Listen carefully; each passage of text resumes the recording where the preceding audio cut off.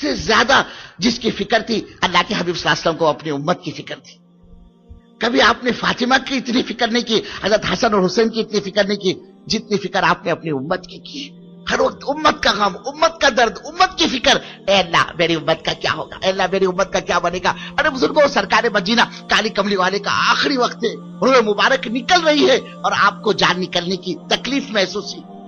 آپ نے موت کے فرشتے سے فرمایا, اے ملک الموت, اسرائیل سے فرمایا, اسرائیل میرے کو تکلیف ہو رہی ہے, کہ اللہ کا یہ حکم ہے کہ مجھ محمد رسول اللہ صلی اللہ علیہ وسلم کی روح کو تکلیف کے ساتھ نکالا جائے, میری جان کو.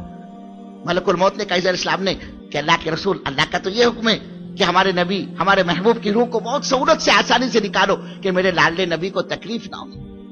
آپ نے فرمایا, اسرائیل تم یہ کہہ رہے ہو کہ اللہ کا تو یہ حکم ہے, تو کہیں تم میرے کو تکلیف تو نہیں پہنچا رہے جو میں تکلیف محسوس کر رہا ہوں. اسرائیل نے کہا, اللہ کے رسول, اللہ کی قسم میری کیا مجال کہ میں اور آپ کو تکلیف پہنچاؤں. کہا اسرائیل تم یہ کہہ رہے ہو, نہ یہ اللہ کا حکم ہے کہ میری روح کو تکلیف سے نکالا جائے, اور نہ ہی تم کہہ رہے ہو کہ میں تمہیں تکلیف پہنچا رہا ہوں. اسرائیل اس کے باوجود میں اللہ کا نبی تکلیف محسوس کر رہا ہوں, تو اسرائیل میری امت کے جن گنہگاروں کی, میری امت کے جن نافرمانوں کی اور میری امت کے جن بھٹکے ہوئے لوگوں کی تو جان نکالے گا, اسرائیل میری امت کے گنہگاروں کو اس وقت کیا ہوگا. آپ نے فرمایا, اسرائیل ٹھہر جا, مرنے سے پہلے پہلے میری بھی ایک تمنا ہے, میری بھی ایک آرزو ہے, میری بھی ایک حسرت ہے کہ اسرائیل اس وقت سے لے کر قیامت تک جتنے میرے امتی دنیا میں آنے والے ہیں اور ان تمام میرے امتیوں کو تو جتنی تکلیف پہنچائے گا, تو جتنا دکھ دے گا, اور جو جتنا تو تکلیف میری امت کو پہنچائے گا, اے اسرائیل وہ ساری کی ساری تکلیف آج مجھ محمد رسول اللہ صلی اللہ علیہ وسلم کے سینے پر ختم کر دینا, مگر میری امت کو تکلیف نہ دینا. اللہ کے نبی صلی اللہ علیہ وسلم کی قریب قریب روح نکل چکی ہے. آواز مائی صدیقہ فرماتی ہے, مائی صفیہ فرماتی ہے, آواز اللہ کے نبی کی پست ہو چکی تھی اور لب حرکت کرتے تھے. ہم نے چاہا آپ کیا فرما رہے, ہم آپ کے فرمان کو تو سنیں, آخری فرمان ہے سرکار کا, کالی کملی والے کا. مائی صدیقہ فرماتی ہے, جب آواز ہماری کانوں میں نہیں پہنچی تو ہم نے اپنے کانوں کو لب مبارک کے قریب, سرکار مدینہ کے لب مبارک کے قریب ہم لے کر گئی ہیں, تو دبی دبی آواز تھی, ہلکی ہلکی آواز تھی, رب حبلی امتی, رب حبلی امتی. اے اللہ میری امت کو معاف کر دینا, اے اللہ میری امت کو معاف کر دینا. قبر مبارک میں آپ کو رکھا گیا, لحد مبارک میں آپ کو رکھا گیا. راوی فرماتے ہیں وہاں بھی آپ کے لب حرکت کر رہے تھے اور آپ ایسا محسوس ہو رہا تھا جیسے قبر میں بھی آپ اپنی امت کو یاد کر رہے ہیں. آیت نازل بزرگوں, وَلَسَوْفَ يُعْطِيكَ رَبُّكَ فَتَرْضَىٰ, اے ہمارے محبوب صلی اللہ علیہ وسلم ہم تو آپ کو خوش کر دیں گے, آپ کا رب آپ کو راضی کر دے گا. صحابہ تو خوشی سے اچھل پڑے کہ اللہ نے خوشی کا پروانہ سنا ہے. پوچھا, اللہ کے حبیب, اللہ کے رسول, آپ کب خوش ہوگے, آپ کب راضی ہوگے؟ اللہ نے تو کہہ دیا کہ ہم آپ کو خوش کر دیں گے, آپ کو خوشی کس وقت ہوگی؟ یہ نہیں کہا کہ میں حسن اور حسین کا ہاتھ پکڑ کر جنت میں جب تک داخل نہ کر لوں, بلکہ فرمایا میں اپنے کلمہ پڑھنے والا ایک ایک امتی کا ہاتھ پکڑ کر جب تک اس کو جنت میں چھوڑ کر نہیں آؤں گا میرے کو خوشی نہیں ہوگی. امت کا فکر, اور پھر اس دین کو یہاں تک پہنچانے کے لیے اللہ کی قسم تکلیفیں. کالی کملی والے کا فرمان ہے, جو دین میں تم تک پہنچایا ہوں نا, اس دین کے پہنچانے میں جتنا مجھ کو ستایا گیا اتنا کسی نبی کو نہیں ستایا گیا, جتنا مجھ کو رلایا گیا اتنا کسی نبی کو نہیں رلایا گیا. سارے نبیوں کی تکلیفیں, سارے نبیوں کا رونا ایک طرف رکھ دو, اور فرمایا میرا رونا اور میری تکلیف ایک طرف رکھ دو, ان لاکھ سوا لاکھ کے مقابلے میں میرا رونا اور میری تکلیف بڑھ جائے گی. مکے کے مارکیٹ میں آپ کو گھسیٹا گیا, آپ کا بائیکاٹ کیا گیا, آپ کے راستے میں کانٹے بچھائے گئے, آپ نماز کی حالت میں ہوتے اور اونٹ کی اوجڑی گندگی بھری ہوئی آپ کے قبر مبارک پر رکھ دی جاتی. ایک وقت وہ آیا جس مکے سے اللہ کے حبیب صلی اللہ علیہ وسلم کو رات کے اندھیرے میں نکلنا پڑا تھا. آپ چھوڑنا نہیں چاہتے تھے مکہ کو, رات کے اندھیرے میں جان بچا کر آپ نکل رہے ہیں اور بار بار بیت اللہ پر نگاہ ڈالتے ہیں, اور آپ فرمائے جا رہے ہیں بیت اللہ, اے بیت اللہ میں تجھے کسی حال میں نہیں چھوڑتا, تو میرا محبوب ہے, تو اللہ کا گھر ہے, میں تجھے کسی حال میں نہیں چھوڑتا, لیکن میں کیا کروں, میری قوم مجھ کو یہاں رہنے نہیں دیتی, ورنہ میں کسی حال میں تجھ کو نہیں چھوڑتا. بار بار پلٹ پلٹ کر آپ بیت اللہ پر نگاہ ڈال رہے ہیں, یہاں تک کہ آپ نے مکے کو چھوڑا. اللہ نے اسی مکے میں دن کے اجالے میں آپ کو داخل کیا. 10,000 کی جماعت سرکار مدینہ کے ساتھ, 10,000 کا مجمع ہے اللہ کے رسول صلی اللہ علیہ وسلم کے ساتھ. ایک صحابی تیش میں آ گئے اور تیش میں آ کر नारा लगाया, अरे आज तो इंतकाम और बदले का दिन है, और मक्के के बेईमानों तुम तैयार हो जाओ, कल तुम्हारी गर्दनें तलवारें थी और हमारी गर्दनें थी, आज हमारी तलवारें होगी और तुम्हारी गर्दनें होगी, तैयार हो जाओ, फिर ना कहना हमें खबर ना होगी, आज इंतकाम लिया जाएगा, आज तो बदला लिया जाएगा। अल्लाह के रसूल सल्लल्लाहु अलैहि वसल्लम ने जब ये नारा सुना, फौरन हजरत साद रज़ी अल्लाह ताला जिनके हाथ में इस्लाम का झंडा था, परचम था, उनके हाथ से छीन लिया और इनके बेटे को दिया और कहा, ऐ साद, किसकी इजाजत से तुम ये ऐसे भड़काने वाले नारे लगा रहे हो, इश्तियाल लोगों को दिलाने वाले नारे, किसने तुम्हें ऐसे भड़काने वाले नारे लगाने की इजाजत दी? साहबा रोने लगे, अल्लाह के रसूल, हम तो इन मक्के वालों की हौसला शिकनी कर रहे हैं, हम तो इनकी हिम्मतों को पस्त कर रहे हैं।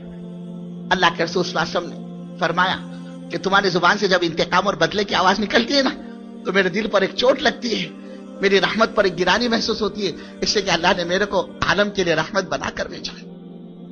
एक साहबी आगे बढ़े और उन्होंने फरमाया, अल्लाह के रसूल, ये वही तो मक्का है जिस मक्का में 80 साल की बूढ़ी सुमैया रज़ी अल्लाह ताला अन्हा को लाया गया और उससे पूछा गया, क्या तू नबी का कलमा पढ़ती है?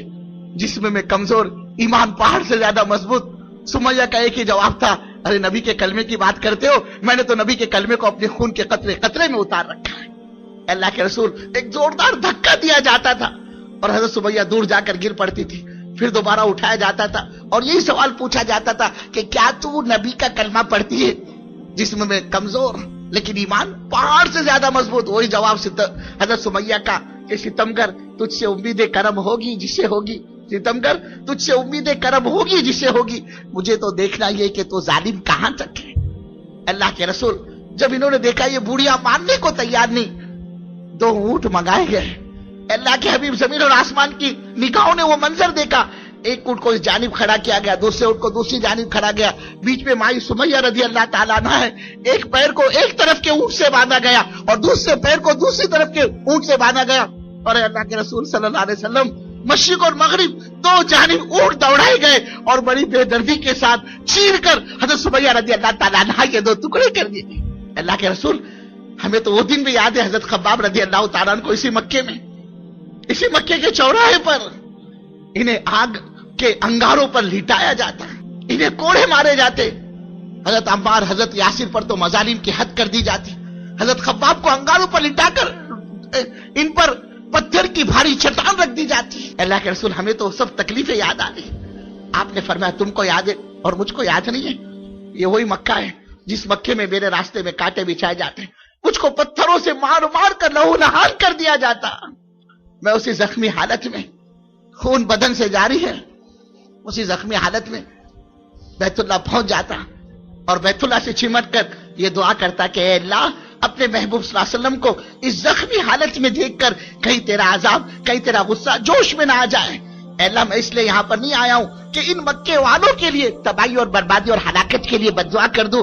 अल्लाह, मैं तो इसलिए आया हूं, ये जो कुछ मेरे साथ मक्का वाले कर रहे हैं, जिनको मैं सहता चला जा रहा हूं, अल्लाह, अगर किसी मकाम पर, किसी मौके पर मैं तंग आकर या घबरा कर या आजिज होकर भी अल्लाह मैं इन मक्के वालों की तबाही और बर्बादी और हलाकत के लिए बद्दुआ कर बैठूं, तो ऐ मेरे बारी ताला, ऐ मेरे माबूद, ऐ मेरे खालिक, तुझे इस बाबरकत कर काबेतुल्लाह की आजमत की कसम है और मेरी मोहब्बत का वास्ता है कि मेरे उस बद्दुआ को कभी कबूल ना करना। ये सताने के आदी है तो मैं माफ करने का आदी हूं। मैं आज भी मक्का वालों से वही कहता हूं जो हजरत यूसुफ अलैहिस्सलाम ने अपने जालिम भाइयों से कहा था, ला तस्रीब अलैकुमुल यौम, कि तुम्हें अपने कल के किए पर शर्मिंदा होने की जरूरत नहीं। अरे मोहम्मद सल्लल्लाहु अलैहि वसल्लम तुम्हें कत्ल और क़िताल की भट्टी में झोंकने के लिए नहीं आया है। अल्लाह के नबी ने वहां आम ऐलान किया, जाओ मक्का की माओ से कह दो कि तुम्हारी आसमत को नहीं छेड़ा जाएगा, मक्का की बच्चियों से कह दो कि तुम्हारे सर से दुपट्टे नहीं उतारे जाएंगे, मक्का के जवानों से कह दो कि तुम्हारा कत्ले आम नहीं किया जाएगा। ये सब किसके लिए था? उम्मत के हक में। एक वक्त आया मक्के में आपका सांस लेना मुश्किल हो गया। अल्लाह के रसूल सल्लल्लाहु अलैहि वसल्लम ताइफ पहुंचे। ज़हन ये था, अल्लाह ने ताइफ को हमा किस्म की नेमतों से नवाजा है, बाक़ियात की फरावानी इनको दी है, शायद ये अल्लाह की तरफ मुतवज्जे हो जाए, अल्लाह की तरफ रुजू हो जाए। दावत दी, अपने दीन को पेश किया, कबीले सकीफ के सरदारों से बातचीत की, उनमें कई बदबक बोलाओ हो, अल्लाह के अलावा तुमको कोई दूसरा नबी नहीं मिलता था जिसको अल्लाह नबी बनाकर भेजते। दूसरे का हम तो आपसे बात ही नहीं करना चाहते, آپ تو فوراً ہمارے شہر کو خالی کر دو اور جہاں تمہاری چاہت کی جگہ وہاں چلے جاؤ۔ جسے نے کہا آپ سچے ہیں تو آپ کی بات کا انکار خطرے سے خالی نہیں، اور اگر آپ جھوٹے تو ہم جھوٹے آدمی سے بات کرنا نہیں چاہتے۔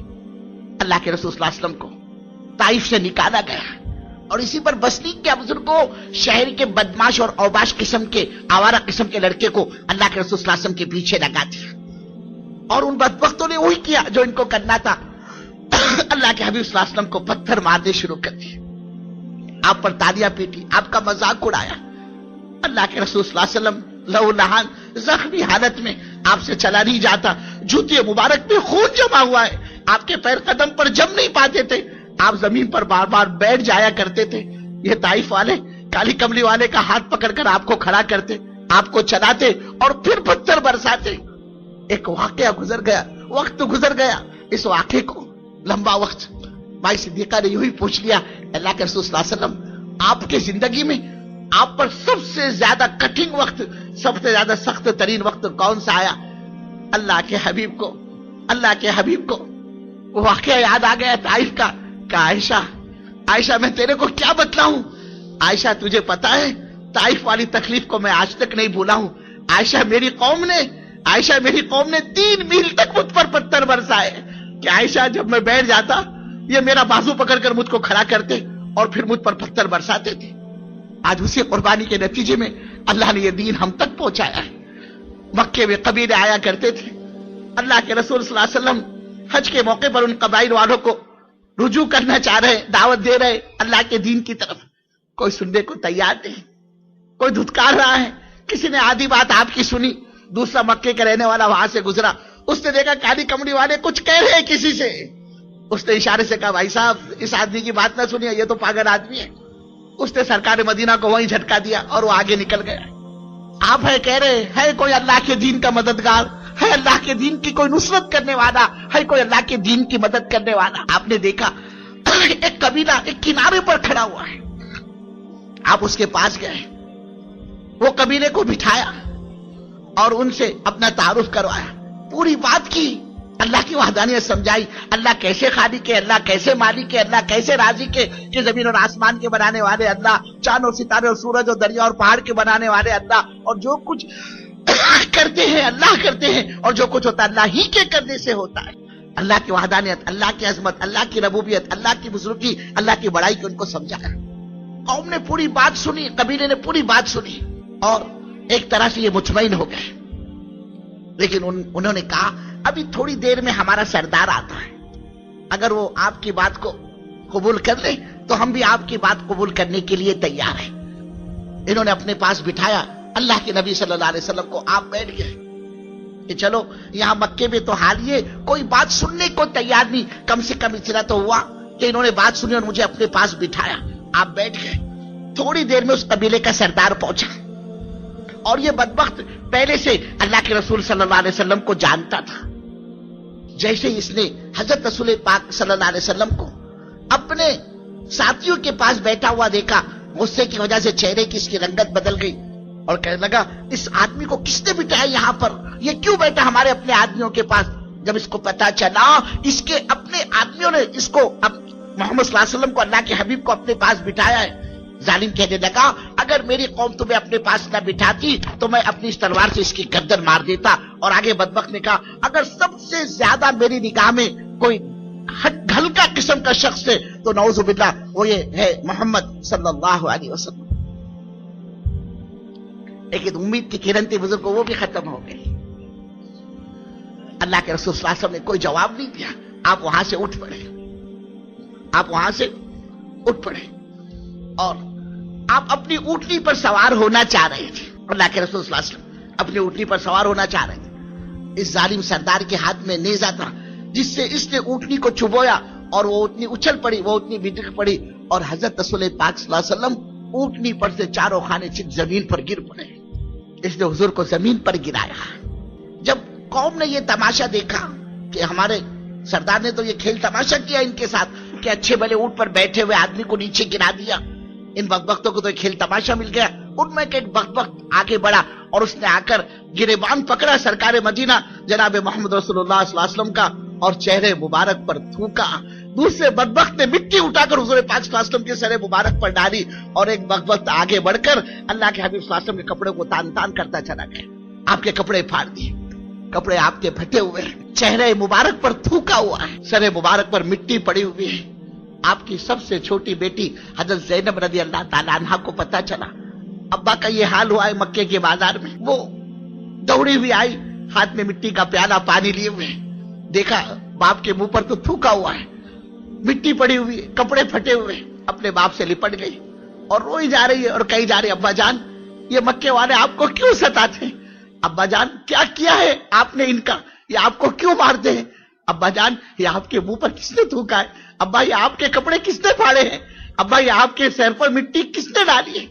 बेटी को रोता हुआ देखकर बाप ने भी रोना शुरू कर दिया, बाप भी रोए जा रहे हैं और बेटी भी रोई जा रही है। आखिर में अल्लाह के रसूल सल्लल्लाहु अलैहि वसल्लम ने अपनी बेटी से कहा बेटी अपने बाप का गम न कर, बेटी अपने बाप की फिक्र न कर, बेटी तेरे बाप का लाया हुआ दीन खुदा एक ना एक दिन हर कच्चे पक्के मकान में दाखिल करके छोड़ेगा। अगर कोई इज्जत से कबूल करता है तो इज्जत से, वरना जलील होकर इसको यही आना पड़ेगा। इसलिए कुर्बानी के बाद अल्लाह ने इस काम को यहां तक पहुंचाया। अब ये हमारी आपकी जिम्मेदारी है कि हम इस जिम्मेदारी को उठाएं, इसलिए कि हजरत रसूल पाक सल्लल्लाहु अलैहि वसल्लम पर अल्लाह ने नबूवत के दरवाजे को तो बंद कर दिया।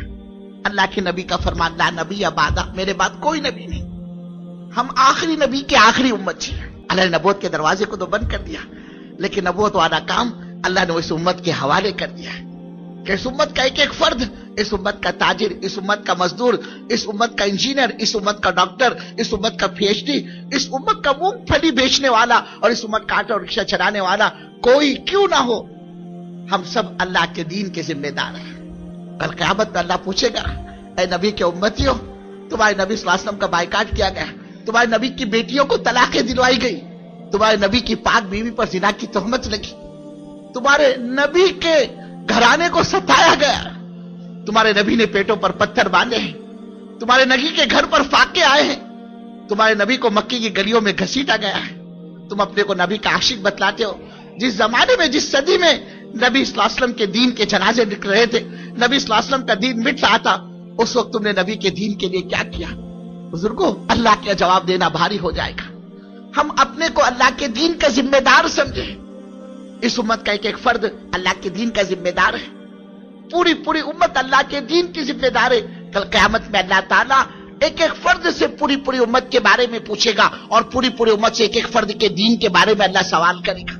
जिसने अल्लाह को रब माना और हजरत मोहम्मद सल्लल्लाहु अलैहि वसल्लम को अल्लाह का नबी जाना है, वो अल्लाह के दीन का और दीन की मेहनत का जिम्मेदार है। हम अपनी जिम्मेदारी को महसूस करें। अल्लाह ने ये काम किया है जिंदगी के बनाने के लिए। एक बहुत बड़ा आमला, एक बहुत बड़ा तबका जो इस वक्त अपने अपने घरों को रवाना होने को है, वो तबका हजरत रसूल पाक सल्लल्लाहु अलैहि वसल्लम की इस मेहनत की फिक्रों को लेकर जाए, इज्तिमा से इसकी अपनी जिंदगी बदले। अब तक बहुत अल्लाह को नाराज किया, अब तक दावत की मेहनत से कोसों दूर थे, अब अपनी अपनी मस्जिदों के अंदर, अपने अपने महलों के अंदर, अपनी अपनी बस्तियों के अंदर आका वाले काम को, आका की फिक्र को, आका की दावत को, आका के दीन को जिंदगी का मकसद बनाइए। ये मजमा अपनी जिंदगी के बनाने के अज़ाइम लेकर जाए कि अल्लाह जिंदगी में बहुत गुनाह हुए, बहुत नाफरमानी हुई, तेरे हुक्मों को तोड़ा है हमने, हाँ, तेरे घर को वीरान करने वाले हमें, अल्लाह माफ कर दे। अब इज्तिमा में अहद करता हूं, इरादा करता हूं कि अब के बाद मेरी कोई नमाज नहीं जाएगी, अब के बाद कोई तेरी नाफरमानी नहीं होगी। हम अज़ाइम करें, इरादे करें। जिंदगियों को पलटा खिलाने वाली जात अल्लाह की है। जब बंदा तालिब बन जाता है तो जो तालिब हुआ करता है अल्लाह उसको कभी महरूम नहीं करता, और जो बेतलब होता है अल्लाह उसको कभी अपना दीन नहीं देता।